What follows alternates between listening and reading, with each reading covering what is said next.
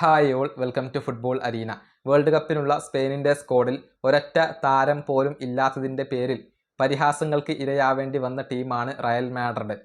പക്ഷേ സ്പെയിൻ ആദ്യ മത്സരത്തിന് ഇറങ്ങുന്നതിന് മുന്നേ പെരസ് ആ ക്ഷീണം തീർത്തു. അതായത് കുക്കുറയെ അവർ സൈൻ ചെയ്യുകയായിരുന്നു എന്നുള്ളത് മാത്രമല്ല, ഒഫീഷ്യലായി കൊണ്ട് അനൗൺസ്മെൻറ്റ് നടത്തുകയും ചെയ്തു എന്നുള്ളതാണ്. അതായത് സ്പെയിനിൻ്റെ ആദ്യ മത്സരത്തിന് തൊട്ടു മുന്നേയാണ് ഇത്തരത്തിലുള്ള ഒരു ഒഫീഷ്യൽ അനൗൺസ്മെൻറ്റ് റയൽ മാഡ്രിഡ് നടത്തിയത്. കുക്കുറയ ഇന്നലത്തെ മത്സരത്തിൽ സ്പെയിനിന് വേണ്ടി കളിക്കുകയും ചെയ്തു എന്നുള്ളതാണ്. ഏതായാലും കളിക്കുന്ന സമയത്ത് കുക്കുറയ്ക്ക് ചില സ്പാനിഷ് ആരാധകരിൽ നിന്ന് തന്നെ കൂവലുകൾ ഏൽക്കേണ്ടി വന്നിട്ടുണ്ട്.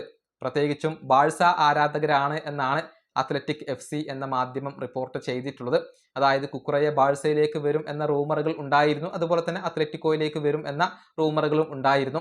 പക്ഷേ ആ രണ്ട് ക്ലബ്ബുകളെയും തഴഞ്ഞുകൊണ്ട് അവസാന നിമിഷം അദ്ദേഹം റയലിനെ തിരഞ്ഞെടുക്കുകയായിരുന്നു. അക്കാര്യത്തിൽ പലർക്കും എതിർപ്പുണ്ടായിരുന്നു. അതുകൊണ്ട് തന്നെ ഇന്നലെ തുടക്കത്തിലൊക്കെ പന്ത് അദ്ദേഹത്തിന് ലഭിക്കുന്ന സമയത്ത് കുക്കുറയ്ക്ക് സ്വന്തം ആരാധകരിൽ നിന്ന് തന്നെ കൂവലുകളൊക്കെ ഏൽക്കേണ്ടി വന്നിരുന്നു എന്നുള്ളത് അത്ലറ്റിക് ഇപ്പോൾ റിപ്പോർട്ട് ചെയ്തിട്ടുണ്ട്.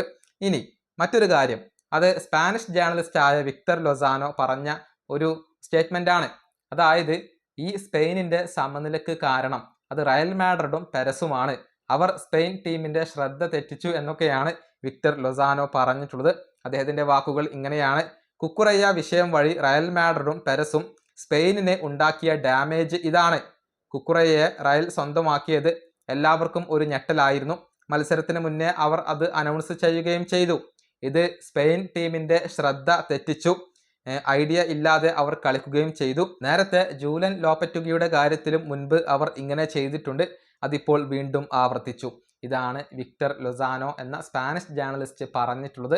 അതായത് പെരസും റയൽ മാഡ്രിഡും ഈ കുക്കുറയ്യ വിഷയം വഴി സ്പെയിനിൻ്റെ ശ്രദ്ധ തെറ്റിച്ചു എന്ന ഒരു ആരോപണമാണ് അദ്ദേഹം ഉയർത്തിയിട്ടുള്ളത്.